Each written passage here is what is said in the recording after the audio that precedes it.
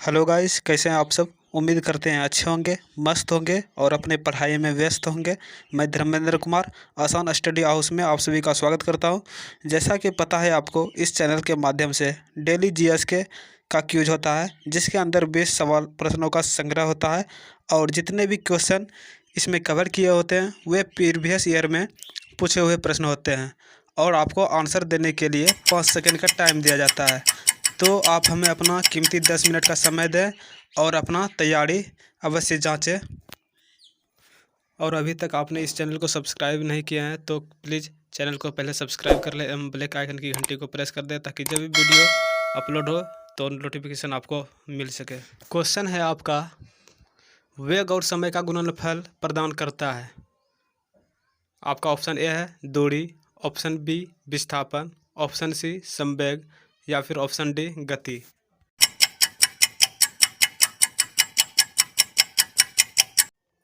तो इस प्रश्न का राइट आंसर है ऑप्शन बी विस्थापन। चलिए इनसे संबंधित फैक्ट को देखते हैं। वेग और समय का उत्पाद विस्थापन हो देता है, यानी कि यदि हम वेग को समय से गुना कर दें तो विस्थापन के बराबर हो जाता है। यह प्रारंभिक और अंतिम स्थिति के बीच की सबसे छोटी दूरी है और विस्थापन एक सदिश राशि है, यानी इसमें परिमाण और दिशा दोनों सम्मिलित होते हैं। दूरी आपका कभी शून्य नहीं हो सकती है, लेकिन विस्थापन कुछ मामलों में शून्य हो सकता है। जैसे कोई व्यक्ति स्टार्टिंग पॉइंट से चलकर फिर वापस स्टार्टिंग पॉइंट पे लौट जाती है तो उसका विस्थापन जो होता है वो शून्य होता है। बढ़ते हैं क्वेश्चन नंबर 2 की ओर। क्वेश्चन नंबर 2 आपका न्यूमेरिकल प्रश्न है। एक कार 5 सेकंड में 18 किलोमीटर प्रति घंटा से 72 किलोमीटर प्रति घंटा तक समान रूप से एक्सेलरेट करती है, तो कार का त्वरण पूछ रहा है। त्वरण क्या होगा? आप वीडियो पॉज करके टाइम ले सकते हैं, क्योंकि यह न्यूमेरिकल प्रश्न है, 5 सेकंड से अधिक भी लग सकता है, तो लेकिन हम इसमें 5 सेकंड का ही टाइम देंगे। आपका ऑप्शन ए है 3 मीटर प्रति second square, option B 10.8 meter प्रति second square, option C 10.8 meter प्रति सेकंड स्क्वायर, इसमें प्रति नहीं लगा हुआ है, ऑप्शन डी 3 मीटर सेकंड।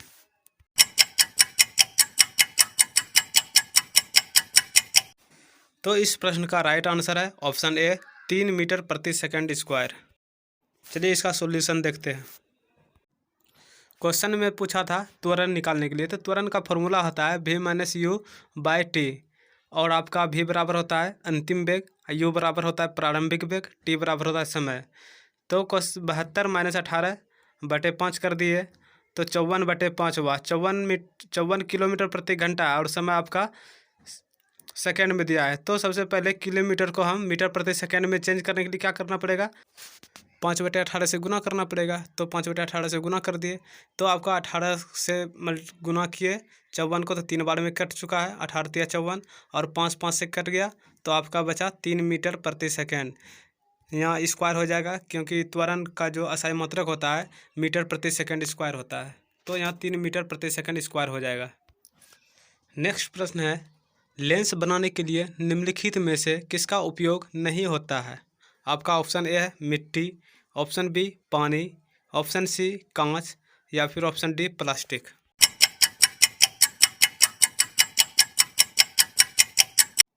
तो इस प्रश्न का राइट आंसर है ऑप्शन ए मिट्टी।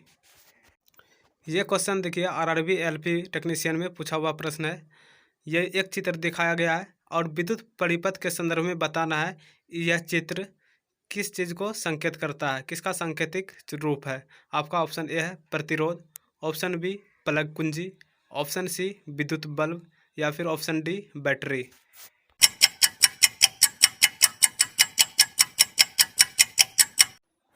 तो इस प्रश्न का राइट आंसर है ऑप्शन सी विद्युत बल्ब। नेक्स्ट प्रश्न है, कैलिफोर्नियम किस समूह का सदस्य है? किस समूह के अंतर्गत कैलिफोर्नियम आते हैं? तो आपका ऑप्शन ए है halide, option B actinide, option C अक्रिय गैस या फिर ऑप्शन डी हेलोजन।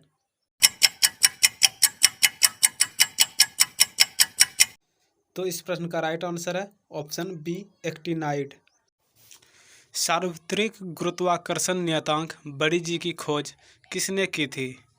आपका ऑप्शन ए है Antoine Laurent Lavoisier, option B Isaac Newton, option C Henry Cavendish या फिर ऑप्शन डी जॉन डाल्टन।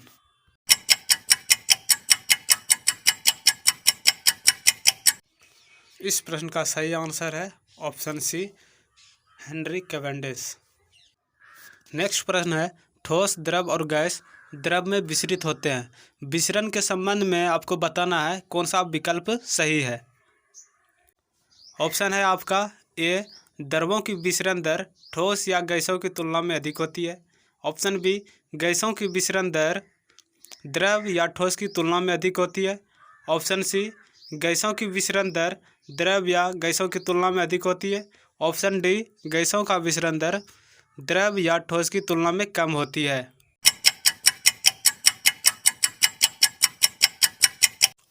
तो इस प्रश्न का राइट आंसर है ऑप्शन बी गैसों की विसरण दर द्रव या ठोस की तुलना में अधिक होती है।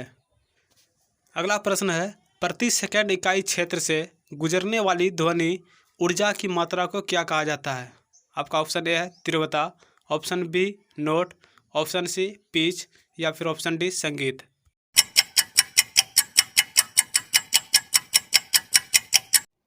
तो इस प्रश्न का राइट आंसर है ऑप्शन ए तीव्रता।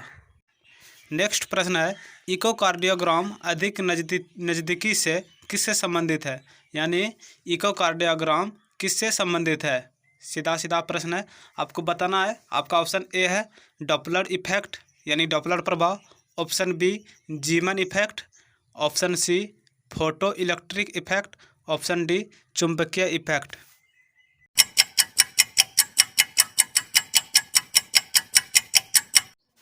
चलिए बताते हैं, इस प्रश्न का सही आंसर है ऑप्शन ए डॉपलर प्रभाव यानी इकोकार्डियोग्राम डॉपलर प्रभाव से संबंधित है।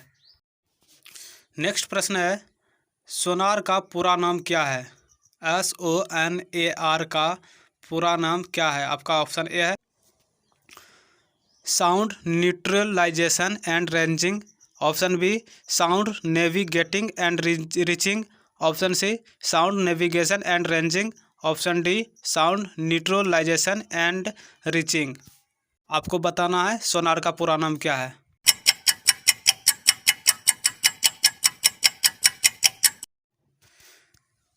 तो इस प्रश्न का सही आंसर है option C sound navigation and ranging. Sonar महासागरों के अंदर वस्तुओं की दूरी, उसमें होने वाले हलचल इत्यादि को मापता है। अगला प्रश्न है निम्न में से कौन विद्युत धारा के ताप प्रवाह पर आधारित होता है? आपका ऑप्शन ए है सूक्ष्म तरंग, ऑप्शन बी विद्युत हीटर, ऑप्शन सी विद्युत पंखा या फिर ऑप्शन डी विद्युत घंटी।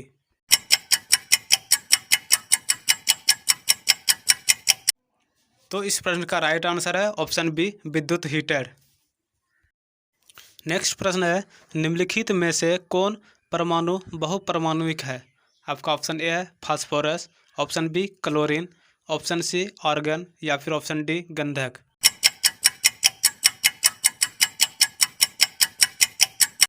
चलिए इस प्रश्न का राइट आंसर हो जाएगा ऑप्शन डी गंधक। नेक्स्ट प्रश्न है सफ़ेद फास्फोरस को किसमें संग्रहित किया जाता है? आपका ऑप्शन ए है oxygen, option B hydrogen, option C पानी या फिर ऑप्शन डी शराब।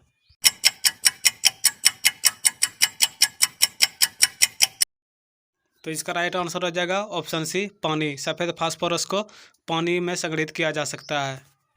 एक बात और नोट कर लीजिए, और सोडियम को केरोसिन तेल में संग्रहित किया जाता है।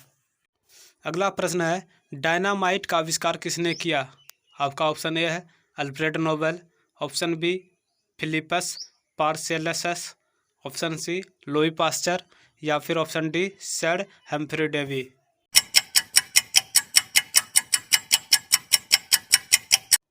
तो इसका राइट आंसर हो जाएगा option A Alfred Nobel. Option C में देखिए लुई पास्चर है, जो कि इन्होंने रेबीज के टीके का खोज किया था। और इसमें दिया गया ऑप्शन डी में सर हम्फ्री डेवी, तो इसने सेफ्टी लैंप का आविष्कार किया था। बढ़ते हैं अपने अगले क्वेश्चन की ओर। प्रश्न है जलाने पर निम्नोक्त में से कौन सी धातु ज्वाला को पीला रंग प्रदान करती है, यानी कि किसे जलाने पर पीला रंग प्रदान करती है। तो आपका ऑप्शन ए है sodium, option B potassium, option C calcium या फिर ऑप्शन डी बेरिलियम।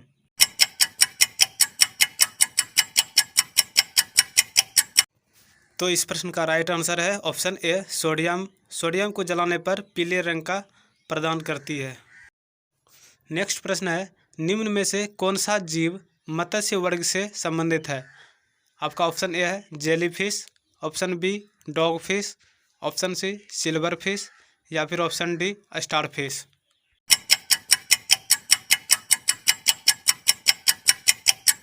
तो इस प्रश्न का राइट आंसर है ऑप्शन बी डॉग फिश। अगला प्रश्न है, निम्नलिखित में से किसमें हृदय में केवल 2 कक्ष होते हैं। आपका ऑप्शन ए है salamander, option B cobra, option C मेढक या फिर ऑप्शन डी रोहू।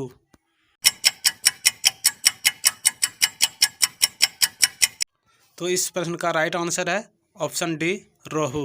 रोहू में 2 कक्ष होते हैं।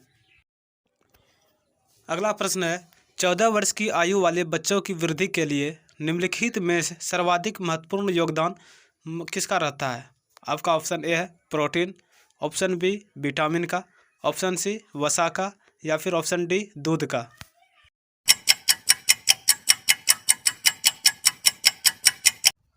तो इसका राइट आंसर हो जाएगा आपका option A protein. Next and last प्रश्न है, कौन सा पौधा तीव्र गति से बढ़ता है। आपका ऑप्शन ए है सुपारी, ऑप्शन बी आम, ऑप्शन सी यूकेलिप्टस या फिर ऑप्शन डी नारियल।